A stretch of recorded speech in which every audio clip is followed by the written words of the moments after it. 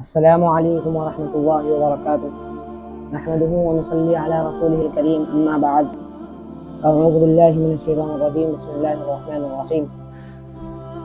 جب 5 ہجری میں پردے کا حکم آیا تو رات میں آیا، کسی کو پتہ چلا اور کسی کو پتہ نہیں چلا۔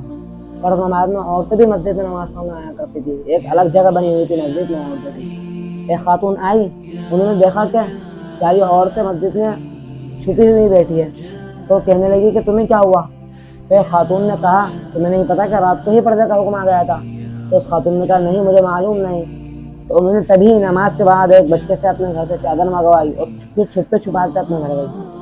تو ان کے شوہر کہنے لگے جب تمہیں پتہ ہی وہاں جا کر چلا تھا تو اس تکلف کی کیا ضرورت تھی، یہیں آ کر پردہ شروع کر دیتی۔ تو وہ کہنے لگی کہ اللہ کے حکم کے پتہ چلنے کے بعد میری ضرورت نہ ہوئی کہ ایک قدم بھی اس کی مرضی کے آگے بڑھاؤں، کیونکہ آج ایمان کی حرارت کمزور ہو چکی ہے۔ تو آج کی عورتیں پردہ کرنے میں حیلے بہانے کرتی ہے اور اس کو آزادی سمجھتی ہیں۔ میری بہنوں، یہ آزادی نہیں ہے، یہ ہلاکت ہی ہلاکت ہے۔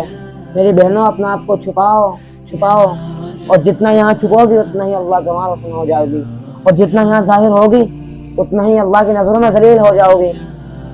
کیا آپ اللہ کے نبی کا فرمان کو بھول گئی؟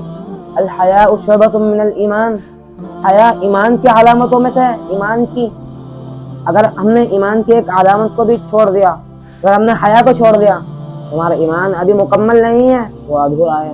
میری بہنوں، آپ یہ بھول گئی؟